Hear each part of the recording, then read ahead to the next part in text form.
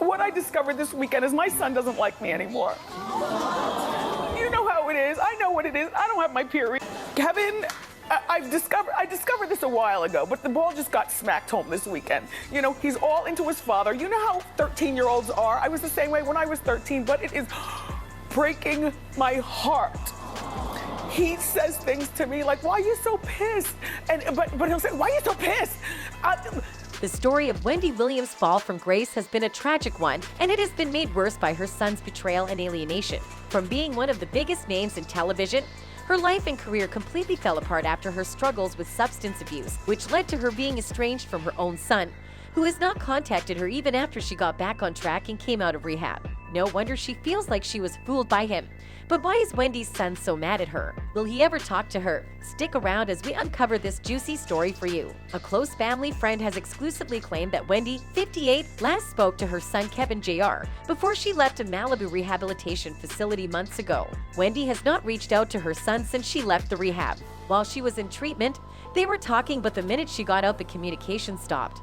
The insider alleged Kevin has been through hell this year with everything going on with his mom. It breaks his heart that things seemed to be going well while she was in rehab, but as soon as she got her freedom, she hasn't reached out to him since. The source added, Kevin has been trying to stay focused and finish up his last year of school, but it's been challenging having to deal with everything going on with his mother. Given everything that Wendy has done for her son ever since giving birth to him, it is truly heartbreaking to see him treat her like this. Wendy and her son have had a tumultuous relationship this past year. 2 years ago, Kevin Jr. gave his TV star mother tough love and told her to get help, or he would be out of her life. A source close to the family said at the time, Wendy's relationship with Kevin Jr. has been strained. He gave her an ultimatum. He told her he won't be in her life unless she fixes herself. It wasn't always like this. When Kevin was just a teenager, they shared a fun, open, and intimate bond, as Wendy herself explains here. I'm kind of turning into my own mother. I find myself screeching and yelling a lot now that he's 15. I'm loose in some ways and uptight in others. Like, we don't close doors at our house. There was no need for him to be in his room. This was probably why Kevin initially tried to help his mother and be there before turning on her completely. At the start of 2022, Wendy fans recalled that it was Kevin Jr. who had taken the reins of helping his mother heal in sunny Florida after she was seen throughout fall 2021 in New York City in a wheelchair. Wendy, who was absent for the entirety of the last season of The Wendy Williams Show as she battled various medical crises, left New York and spent time with family, including Kevin Jr., in Florida from January till March before returning home. Several sources had told media outlets that Wendy seemed to thrive in Florida surrounded by loved ones. Once she returned to New York, Wendy, who had previously claimed she was sober, had a number of public incidents involving alcohol before she checked into rehab for severe alcoholism in August 2022. Alcohol has been a real struggle for her over the past several years. She is battling severe alcohol abuse mixed with serious health issues. One insider close to the star claimed about her rehab stay. She was being treated for extreme alcohol abuse. There are no other drugs involved. She has had numerous doctors who have told her for years, if you drink, you'll die. She never really wanted to stop, and the people around her in New York have allowed her to keep drinking. Wendy was absent for the entirety of her final season of The Wendy Williams Show as she battled a myriad of health issues, including Graves' disease, lymphedema, and substance abuse. We can see how bad the situation was in this video from 5 months ago, where Wendy seems completely inebriated and unwell. You look great. Yes, phenomenal. How's it? You Nice. look great, Wendy. We love you. You do. How's the?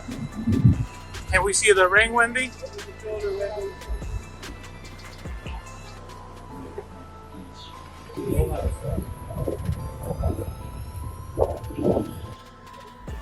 Her longtime production company, Deborah Mercury, announced that her show was officially canceled in the summer of 2022 and that Wendy's time slot would be going to her former guest host, Sherry Shepherd.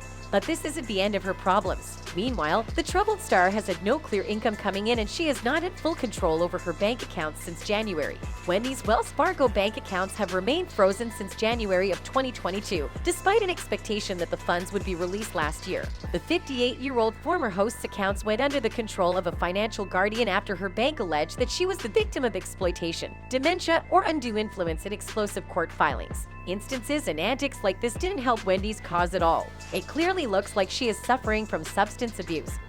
Let's see it, Wendy. Let's see it. What you? Ring. Ooh, it's so beautiful. What you got to say for the camera? He's out getting stuff. I'm waiting for him to come back. The ex-TV star, who was expected to regain access to her accounts in July, still does not have access to them or her American Express card, which also seems to have been tied up in the proceedings. As one source explained to the media, her team has not been paid since these accounts were shut. Her manager is relatively new, but there are people who have been working for her this entire time and they haven't seen a dime since the accounts were closed either. People have been floating their services to Wendy for months on end now, the insider added. A second source said that Wendy is being given a regular allowance through the financial guardian who is overseeing her accounts, but that it's not a substantial amount of money. She gets money through the financial guardian, but it's not like the level of money Wendy Williams would need to get by in New York City. Her manager is footing the bill for a lot of her personal upkeep right now, the insider said. A third source said that the manager, Will Selby, has been trying to figure out how to help her regain access to the accounts. Will has been trying to prove that the people who were previously involved in Wendy's finances are no longer a part of her team. This has not only led to the loss of her financial independence, but has also made things worse with her son, who blames her for his own problems and chooses to dissociate with her. Wendy Williams' son, Kevin Hunter Jr., was evicted from his Miami apartment in September. According to a legal filing, Hunter owed $70,000 in unpaid rent and was faced with an eviction notice in August 2022 after failing to pay rent since February. Hunter was served with the official eviction summons in August and responded that same month by saying his mother paid a full year's rent upfront starting in March 2021, with her intent being to purchase at the end of the lease. The 22-year-old says he signed the lease on her behalf at her request. Hunter then described how his mother's health issues affected his ability to pay rent. As the lease approached the end, my mom went through some health issues that put the court in control of her finances. He said, all of this happened suddenly and all of the financial support that she always gave me stopped, including my housing. Wendy's ex-husband, Kelvin, also went to a podcast to share his views on the situation between Wendy and her son, saying, First of all, let me be clear about something. He's doing great. He's probably still living better. He's blessed. He's probably still living better than most. At the end of the day, that whole situation, you know, his mom purchased the apartment. Well, first of all, let's rewind. He had some security issues at the place he was living at in Miramar.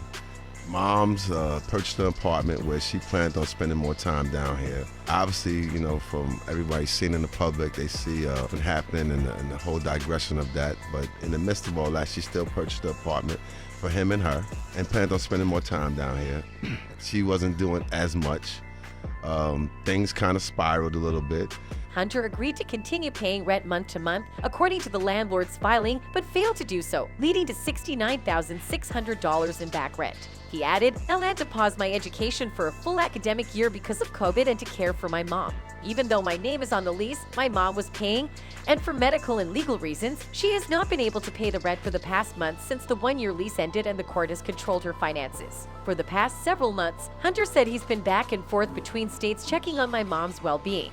He ends the statement, filed on August 29th, by saying he secured a different temporary place to live and planned on moving out of the apartment within 7 days. In response to Hunter's statement, the plaintiff requested an evidentiary hearing on damages, and in mid-September, the final judgment of eviction was entered against Hunter by the court. But none of these statements from Hunter make sense since he has been the one who's been giving his mother the cold shoulder ever since her return from rehab. It may be because he blames her for being evicted. Whatever the case may be, it makes sense why, after doing everything both financially and emotionally, Wendy feels let down and betrayed by her very own son. That's all for today, guys. Thanks for watching until the end, and don't forget to subscribe and like. Goodbye.